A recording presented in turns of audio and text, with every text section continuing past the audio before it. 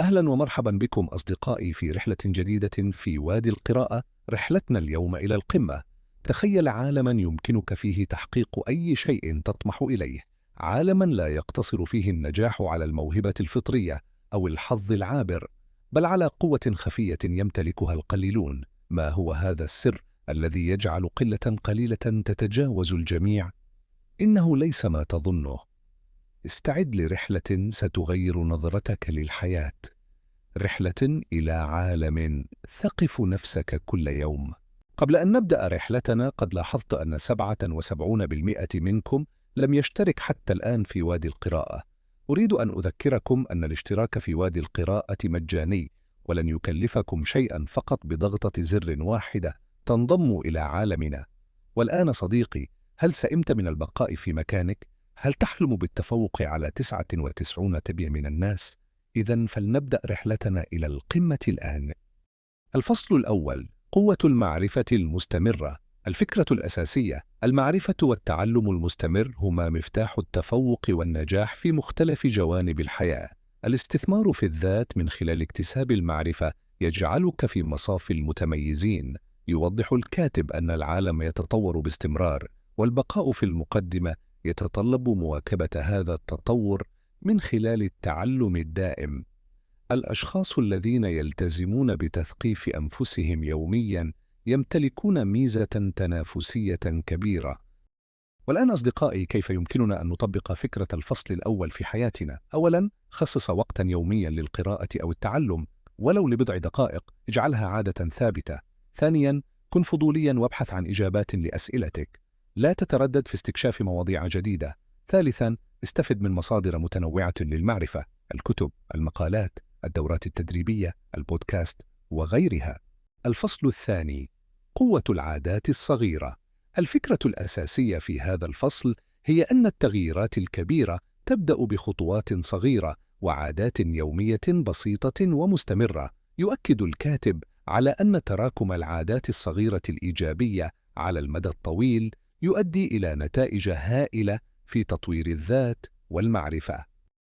نصائح لتطبيق فكرة اكتساب العادات الصغيرة في حياتنا للتثقيف الذاتي. ابدأ بعادة واحدة صغيرة، مثل قراءة صفحة واحدة يومياً أو تعلم كلمة جديدة. اجعل العادة سهلة التنفيذ. قلل من الحواجز التي تمنعك من الالتزام بها. كن صبوراً ومثابراً، النتائج تحتاج وقتاً للظهور. الفصل الثالث: كيف تتعلم بفعالية؟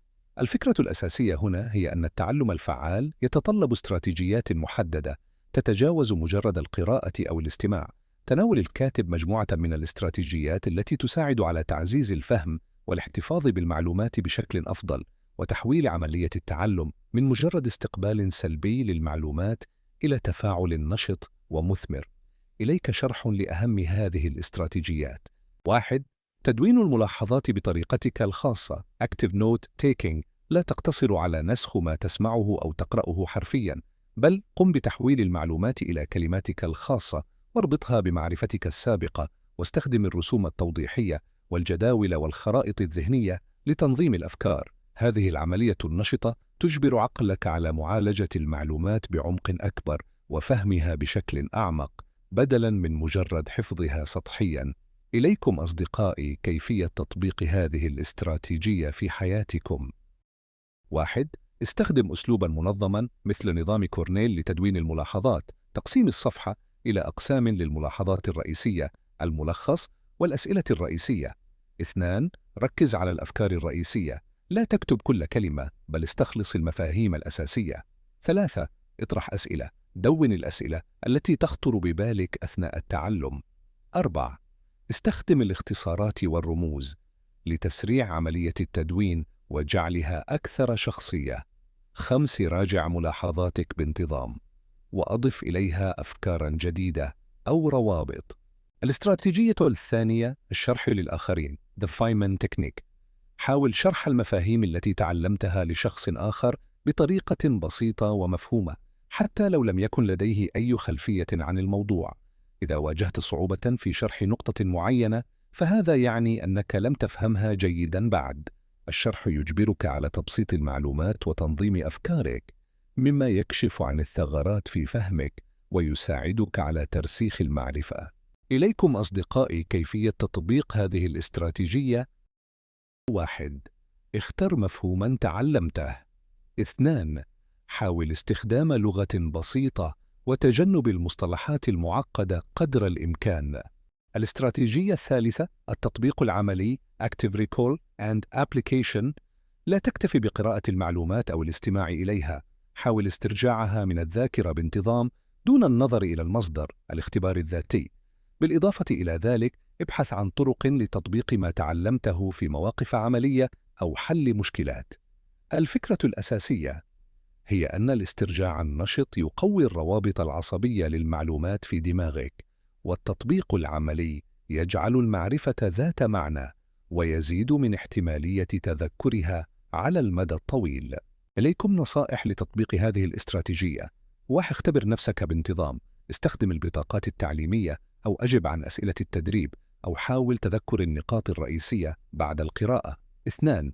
حل التمارين والمشكلات إذا كان الموضوع يتضمن ذلك. 3. ناقش الأفكار مع الآخرين وحاول تطبيقها في سياقات مختلفة. 4. علم ما تعلمته للآخرين، هذه طريقة ممتازة للتطبيق والاسترجاع. ولكي يسهل عليكم تطبيق هذه الاستراتيجية، أصدقائي، يمكنكم كيفية التطبيق. استخدم تطبيقات التكرار المتباعد مثل أنكي أو كويزلت التي تنظم لك مواعيد المراجعة بناء على مدى صعوبة تذكرك للمعلومات. وإذا كنت تراجع يدوياً، ضع جدولاً للمراجعة وكن ملتزماً به. الاستراتيجية الخامسة ربط المعلومات الجديدة بالمعرفة السابقة Elaboration. حاول ربط المعلومات الجديدة بما تعرفه بالفعل. ابحث عن أوجه التشابه والاختلاف، وفكر في كيفية تناسب المعلومة الجديدة مع إطارك المعرفي الحال. الفكرة الأساسية من هذه الاستراتيجية إن هذا يساعد على دمج المعلومات الجديدة بشكل أكثر فعالية في شبكة المعرفة الموجودة لديك، مما يجعلها أسهل في التذكر والفهم. ولتطبيق هذه الاستراتيجية عليكم اتباع الخطوات التالية أصدقائي. أولاً، اسأل نفسك كيف يرتبط هذا بما أعرفه بالفعل؟ ثانياً، ابحث عن أمثلة تربط المفهوم الجديد بمواقف مألوفة. ثالثاً، قارن ووازن بين المعلومات الجديدة والقديمة. رابعاً، استخدم التشبيهات والاستعارات لجعل المفاهيم المجردة أكثر وضوحاً. بتطبيق هذه الاستراتيجيات أصدقائي، يمكنكم تحويل عملية التعلم إلى تجربة أكثر فعالية ومتعة، وزيادة قدرتكم على فهم المعلومات والاحتفاظ بها واستخدامها في حياتكم. يركز الكاتب على أن التعلم الفعال هو مهارة يمكن تطويرها بالممارسة والتجربة وليست فطرية.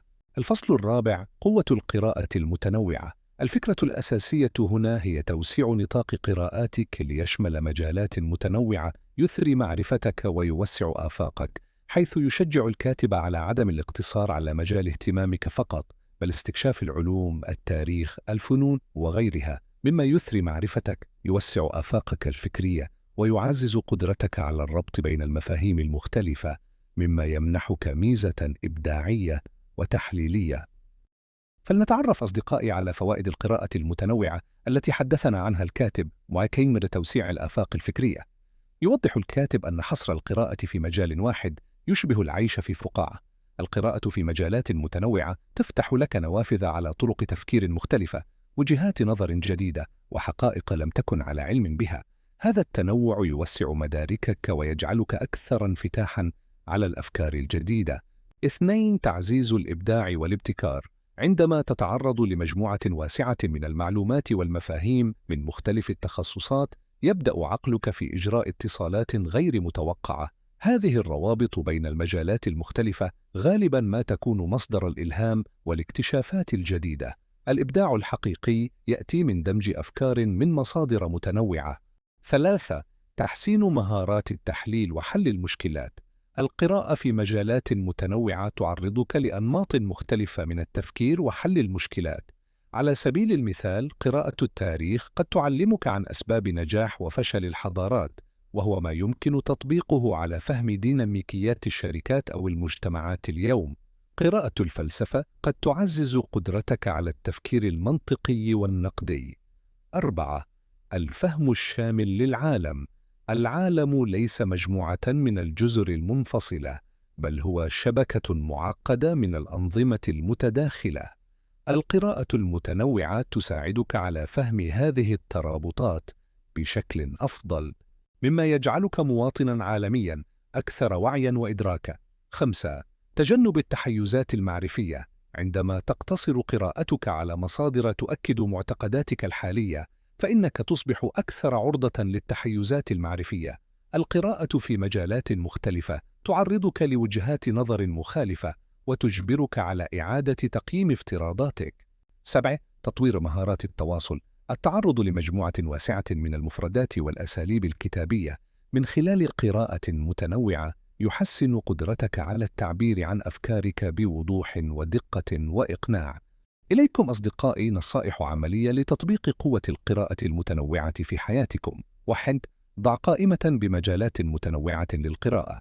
فكر في المجالات التي تثير فضولك، حتى لو لم تكن مرتبطة بشكل مباشر بعملك أو اهتماماتك الحالية، مثل التاريخ، العلوم الطبيعية، الفلسفة، الفنون، علم النفس، الاقتصاد، الأدب الخيالي وغير الخيالي. 2. خصص وقتا محددا لكل مجال. لا يجب أن تقرأ كل شيء في نفس الوقت. يمكنك تخصيص أشهر أو فصول لقراءة مكثفة في مجال معين، ثم الانتقال إلى آخر. 3. ابدأ بكتب ومقالات تعريفية. إذا كنت جديدا في مجال معين، ابدأ بكتب تقدم نظرة عامة مبسطة قبل الغوص في التفاصيل المعقدة. 4. استفد من التوصيات. ابحث عن قوائم الكتب الموصى بها في مختلف المجالات، أو اطلب توصيات من أشخاص لديهم اهتمامات متنوعة. 5. لا تخف من التخلي عن كتاب. إذا لم تستمتع بكتاب أو لم تجده مفيدا، فلا تتردد في تركه والانتقال إلى كتاب آخر. الهدف هو الاستمتاع بالتعلم وتوسيع معرفتك. 6. ابحث عن الروابط بين المجالات. حاول أن ترى كيف تتداخل المفاهيم والأفكار من مختلف المجالات. هذا سيساعدك على بناء فهم أعمق وأكثر تكاملاً. 7. شارك ما تقرأه مع الآخرين. ناقش الكتب والأفكار التي تتعلمها مع أصدقائك أو زملائك. هذا يساعد على ترسيخ المعلومات ويفتح لك وجهات نظر جديدة. 8. نوع في أشكال القراءة. لا تقتصر على الكتب.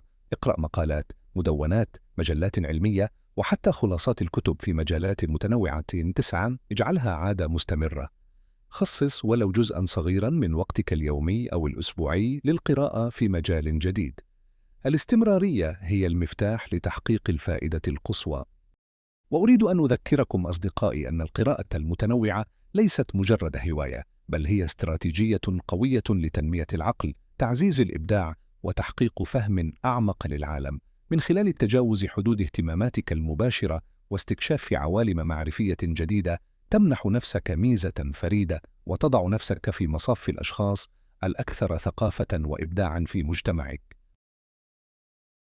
الفصل الخامس: تطوير مهارات التفكير النقدي. الفكرة الأساسية في هذا الفصل هي أنه القدرة على تحليل المعلومات وتقييمها بموضوعية وعقلانية، وتكوين أحكام مستنيرة بناء على الأدلة والمنطق، بدلاً من الاعتماد على المشاعر أو الافتراضات أو الآراء غير المدعومة.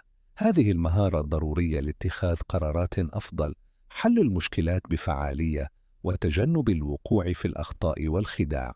ونأتي للجزء الأكثر متعة في هذا الفصل أصدقائي، وهو كيفية تطوير مهارات التفكير النقدي لديكم. 1. اطرح أسئلة لماذا وكيف بشكل متكرر. لا تكتفي بالمعلومات المقدمة، حاول فهم الأسباب الكامنة وراءها والعمليات التي أدت إليها. 2. ابحث عن مصادر متعددة للمعلومة وقارن بينها. لا تعتمد على مصدر واحد فقط. ابحث عن وجهات نظر مختلفة وحاول فهم الاتفاق والاختلاف بينها. 3. كن واعياً لتحيزاتك الشخصية وحاول تجاوزها. فكر في كيفية تأثير معتقداتك وخبراتك السابقة على تفسيرك للمعلومات. 4. تعلم التعرف على المغالطات المنطقية الشائعة. ابحث عن أمثلة للمغالطات مثل رجل القش، الاحتكام إلى السلطة، الانحدار الزلق، وحاول تحديدها في النقاشات والحجج. 5. حل المشكلات المعقدة. تدرب على تحليل المشكلات وتقسيمها إلى أجزاء أصغر وتقييم الحلول المحتملة بناء على الأدلة والمنطق. 6. شارك في مناقشات فكرية وحاول فهم وجهات النظر المختلفة. استمع بإنصات للآخرين وحاول فهم حججهم حتى لو كنت لا تتفق معهم. هذا يساعدك على تطوير قدرتك على التفكير من زوايا مختلفة. 7. اكتب بانتظام. الكتابة تجبرك على تنظيم أفكارك بشكل منطقي وواضح، وتساعدك على تحديد الثغرات في تفكيرك. 8. قيم الأدلة بعناية. اسأل نفسك: ما هي جودة هذا الدليل؟ هل هو ذو صلة؟ هل هو كاف لدعم الاستنتاج؟ كن متواضعا فكريا، اعترف بأنك قد تكون مخطئا، وكن مستعدا لتغيير رأيك عندما تظهر أدلة جديدة أو حجج أقوى. 10. مارس التفكير النقدي في حياتك اليومية. لا تقتصر على تطبيقه في المواقف الرسمية. فكر بشكل نقدي في الأخبار التي تقرأها والإعلانات التي تراها وحتى المحادثات اليومية. هذا الفصل من الكتاب أصدقائي هو استثمار أساسي في قدرتك على فهم العالم من حولك واتخاذ قرارات مستنيرة. إنه يمكنك من أن تكون مستهلكاً واعياً للمعلومات، ومشاركاً فعالاً في النقاشات، وحلالاً للمشكلات أكثر كفاءة، مما يجعلك أقل عرضة للتأثيرات غير المنطقية ويقودك نحو حياة أكثر وعياً ونجاحاً. الفصل السادس: أهمية الفضول وطرح الأسئلة. الفكرة الأساسية هنا هي أن الفضول هو الدافع الأساسي للتعلم والاكتشاف والابتكار. إنه الشرارة التي تشعل الرغبة في فهم العالم من حولنا. طرح الأسئلة هو الأداة الحيوية لتلبية هذا الفضول واكتساب المعرفة المتعمقة. نصائح عملية لتعزيز الفضول لديكم وتشجيع طرح الأسئلة. 1. احتفظ بروح الطفل الفضولي. تذكري كيف كنت تسأل باستمرار عندما كنت طفلاً. حاول استعادة هذه الروح المنفتحة والمتسائلة. 2. دون أسئلتك. احتفظ بمفكرة أو تطبيق لتدوين الأسئلة التي تخطر ببالك على مدار اليوم. خصص وقتاً للبحث عن إجابات لها لاحقاً. 3. لا تخف من طرح الأسئلة البسيطة. غالباً ما تؤدي الأسئلة التي تبدو بديهية إلى اكتشافات عميقة. 4. استمع بإنصات واطرح أسئلة متابعة. عندما تتحدث مع شخص ما أو تستمع إلى محاضرة، استمع جيداً وحاول طرح أسئلة توضيحية أو أسئلة تتعمق في الموضوع. 5. ابحث عن إجابات لأسئلتك بفعالية. استخدم محركات البحث، الكتب، المقالات، تحدث مع الخبراء، ولا تكتفي بالإجابات السطحية. 6. شجع الفضول في الآخرين. إذا كنت قائداً أو معلماً أو والداً، قم بخلق بيئة تشجع على طرح الأسئلة وتقدر الفضول. 7. تحدى افتراضاتك باستمرار. اسأل نفسك: لماذا أعتقد هذا؟ ما هي الأدلة التي تدعم هذا الاعتقاد؟ هل هناك طريقة أخرى للنظر إلى الأمر؟ 8. استكشف مجالات جديدة. انغمس في مواضيع لم تفكر فيها من قبل. قد تكتشف شغفاً جديداً أو تجد إجابات لأسئلة لم تكن تعرف أن لديك إياها. 9. لا تخف من قول لا أعرف. الاعتراف بالجهل هو الخطوة الأولى نحو التعلم. 10. اجعل طرح الأسئلة عادة. تدرب على طرح سؤال واحد على الأقل كل يوم حول شيء تود فهمه بشكل أفضل. والجدير بالذكر أصدقائي أنه من خلال تنمية فضولنا وتشجيع طرح الأسئلة نفتح أنفسنا لعالم لا حدود له من المعرفة والاكتشاف. إنها دعوة للحفاظ على عقلية متفتحة ومتسائلة، والسعي الدائم لفهم العالم من حولنا بعمق أكبر. الأشخاص الفضوليون هم المتعلمون مدى الحياة، والمبتكرون والقادة الذين يدفعون عجلة التقدم. الفصل السابع: بناء شبكة علاقات قوية. الفكرة الأساسية هنا أصدقائي هي أن التعلم والتطور لا يقتصران على المصادر المكتوبة أو الدورات التدريبية الفردية. بناء شبكة علاقات قوية مع أشخاص متنوعين ومثقفين يمثل مصدراً غنياً للمعرفة والخبرات، ويوفر فرصاً للنمو الشخصي والمهني. ولكي نستطيع أصدقائي بناء شبكة علاقات قوية مع أشخاص مثقفين ومتنوعين، علينا أن نتبع النصائح التالية. كن مبادراً في التواصل. لا تنتظر أن يتواصل معك الآخرون. ابدأ أنت بالتواصل مع الأشخاص الذين تثير اهتمامك أو الذين تعتقد أنك يمكن أن تتعلم منهم. ركز على بناء علاقات حقيقية. لا تنظر إلى العلاقات على أنها مجرد أدوات لتحقيق أهدافك. كن مهتماً بصدق بالآخرين، واستمع إليهم بانتباه، وأظهر اهتماماً بحياتهم واهتماماتهم. قدم قيمة للآخرين. فكر في كيفية مساعدة الأشخاص في شبكتك. قدم لهم الدعم، شارك معرفتك وخبراتك، وكن شخصاً يعتمد عليه. شارك في الفعاليات والمجتمعات. انضم إلى المجموعات والمنظمات والفعاليات التي تهتم بمجالات تعلمك أو اهتماماتك. هذه بيئات ممتازة للقاء أشخاص جدد لديهم اهتمامات مماثلة. استخدم وسائل التواصل الاجتماعي بحكمة. يمكن لوسائل التواصل الاجتماعي أن تكون أداة قوية للتواصل وبناء العلاقات، ولكن ركز على التفاعلات الحقيقية والمحادثات الهادفة بدلاً من مجرد تجميع عدد كبير من المتابعين فقط. كن مستمعاً جيداً. الاستماع الفعال هو مفتاح بناء علاقات قوية. أظهر اهتماماً بما يقوله الآخرون، واطرح أسئلة توضيحية، وتجنب مقاطعتهم. كن متواضعاً ومستعداً للتعلم من الجميع. لا تستبعد أي شخص بناءً على منصبه أو خلفيته.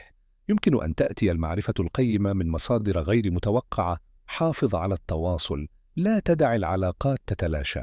تواصل بانتظام مع الأشخاص في شبكتك، سواء عبر رسائل بريد إلكتروني، مكالمات، أو لقاءات شخصية إذا أمكن. كن أصيلاً وصادقاً. لا تحاول أن تكون شخصاً آخر. العلاقات الحقيقية تبنى على الصدق والأصالة. اطلب المساعدة والنصيحة عند الحاجة. لا تتردد في طلب المساعدة أو النصيحة من الأشخاص في شبكتك عندما تواجه تحدياً أو تحتاج إلى توجيه. هذا يظهر ثقتك بهم ويعزز العلاقة. حقاً أصدقائي، أن بناء شبكة علاقات قوية هو استثمار حقيقي في النمو الشخصي والمهني. من خلال التواصل مع أشخاص متنوعين ومثقفين، يمكنكم الوصول إلى مصادر جديدة للمعرفة، الحصول على الدعم والتشجيع، واكتشاف فرص لم تكن لتتاح لكم بمفردكم. ركزوا على بناء علاقات حقيقية وقائمة على المنفعة المتبادلة، وستجدوا أن شبكة علاقاتكم تصبح قوة دافعة نحو تحقيق أهدافكم وتوسيع آفاقكم. الفصل الثامن: التغلب على معوقات التعلم. الفكرة الأساسية أن هناك العديد من العوائق التي قد تمنعك من التعلم المستمر، ومن المهم التعرف عليها والتغلب عليها، حيث يستعرض هذا الفصل بعض التحديات الشائعة مثل ضيق الوقت والانشغال، التسويف والمماطلة، الخوف من الفشل أو ارتكاب الأخطاء، نقص الدافع والملل، الشعور بالإرهاق الذهني والمعلوماتي، المعتقدات المقيدة حول القدرات الذاتية. قد يعتقد البعض أنهم ليسوا جيدين في هذا، أو لا يملكون القدرة على تعلم شيء معين. هذه المعتقدات تحد من استعدادهم لتجربة أشياء جديدة وتعيق تقدمهم. بيئة غير داعمة للتعلم. والآن، كيف نستطيع أصدقائي التغلب على معوقات التعلم؟ إليكم بعض النصائح العملية. إدارة الوقت وتحديد الأولويات. خصص وقتاً محدداً في جدولك اليومي أو الأسبوعي للتعلم، حتى لو كان قصيراً. عامل هذا الوقت كأنه موعد مهم لا يمكن تأجيله. التغلب على التسويف بتقسيم المهام. قسم مهام التعلم الكبيرة إلى خطوات صغيرة وسهلة التنفيذ. ابدأ بالخطوة الأولى فقط، وغالباً ما سيقودك الزخم إلى الاستمرار. استخدم تقنيات مثل قاعدة الدقيقتين. تغيير النظرة إلى الفشل. اعتبر الفشل فرصة للتعلم والنمو وليس نهاية الطريق. ركز على ما يمكنك تعلمه من الأخطاء، وحاول مرة أخرى. الحفاظ على الدافع من خلال ربط التعلم بالأهداف. اربط ما تتعلمه بأهدافك الشخصية والمهنية. تذكر لماذا بدأت وما الذي تأمل في تحقيقه من خلال التعلم. احتفل بإنجازاتك الصغيرة. إدارة الإرهاق الذهني بالتركيز وأخذ فترات راحة. تعلم كيفية التركيز على مهمة واحدة في كل مرة، وتجنب تعدد المهام. خذ فترات راحة منتظمة لتجديد طاقتك الذهنية. تحدي المعتقدات المقيدة واستبدالها بأخرى إيجابية. راقب أفكارك السلبية حول قدراتك، وحاول استبدالها بتأكيدات إيجابية.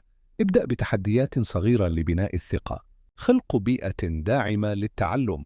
ابحث عن مكان هادئ ومريح للدراسة. تواصل مع أشخاص يشجعون على التعلم والتطور. قلل من المشتتات. تحديد أهداف واضحة وقابلة للقياس. حدد ما تريد تعلمه بالضبط ولماذا. قسم أهدافك الكبيرة إلى أهداف أصغر وأكثر قابلية للتحقيق. احتضان التغيير والخروج من منطقة الراحة تدريجياً. ابدأ بتجربة أشياء جديدة صغيرة وغير مخيفة. كلما شعرت بالراحة، وسع نطاق تحدياتك. استخدم أدوات وتقنيات متنوعة للتعلم. جرب طرقاً مختلفة للتعلم: القراءة، الاستماع، المشاهدة، المناقشة، التطبيق العملي، للعثور على ما يناسبك ويحافظ على اهتمامك. كافئ نفسك على جهودك وتقدمك.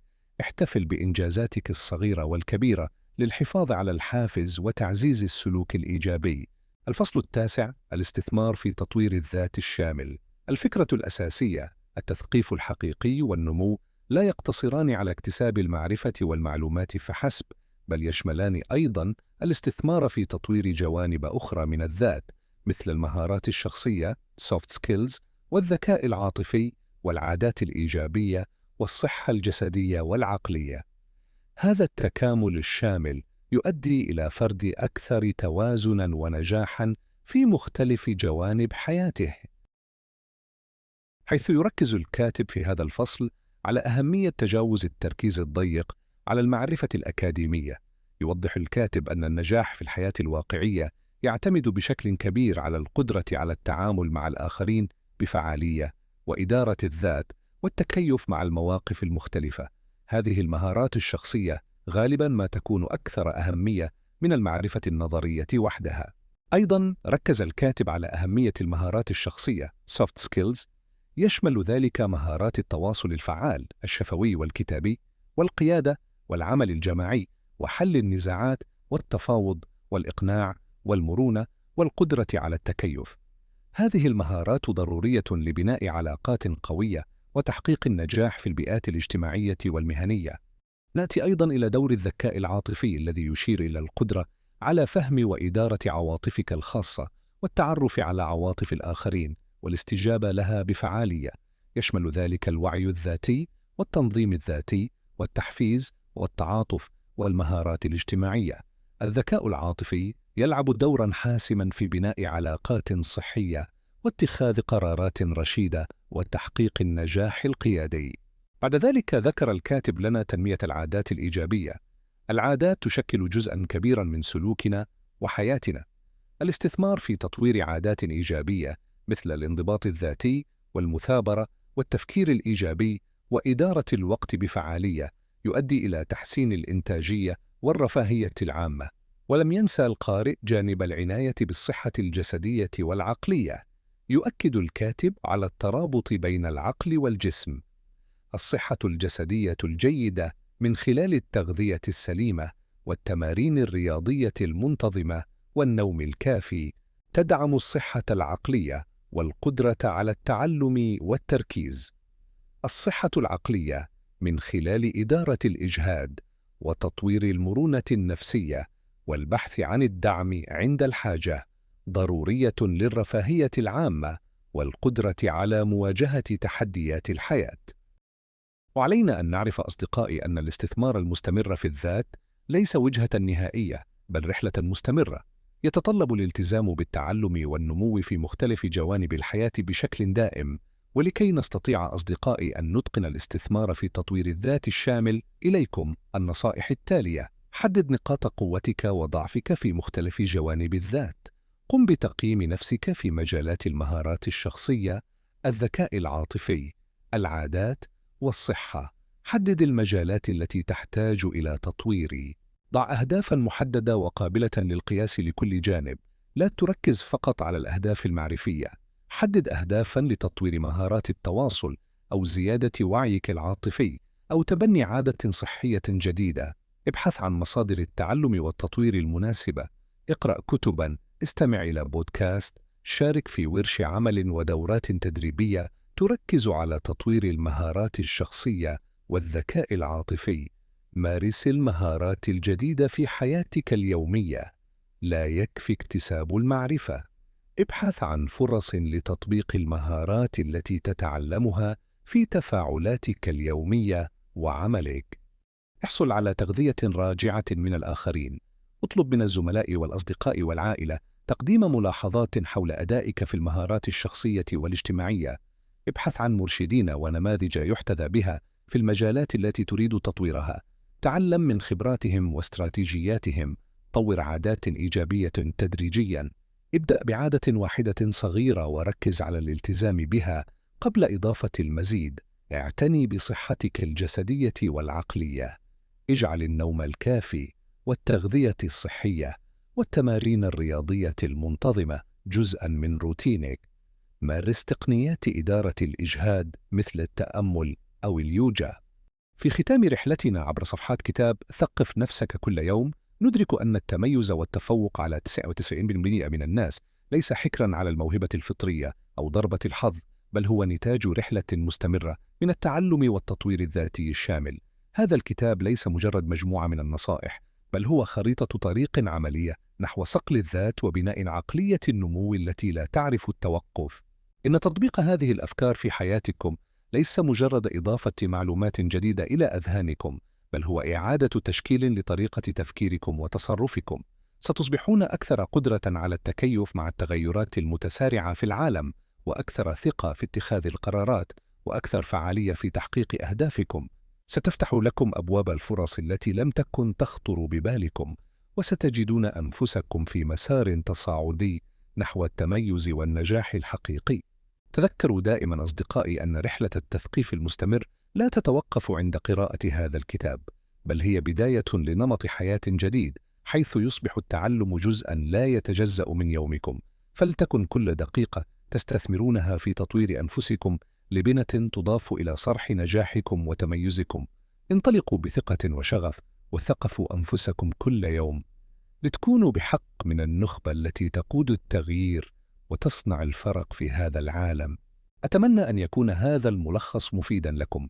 إذا كان لديكم أي أسئلة أخرى فلا تترددوا في طرحها في التعليقات. شاركوا هذا الفيديو مع من تهتموا لأمرهم، ودعونا نصنع جيلا يسعى للمعرفة والتميز بلا حدود.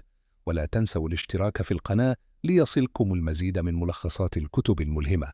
إلى اللقاء في رحلة جديدة مع وادي القراءة.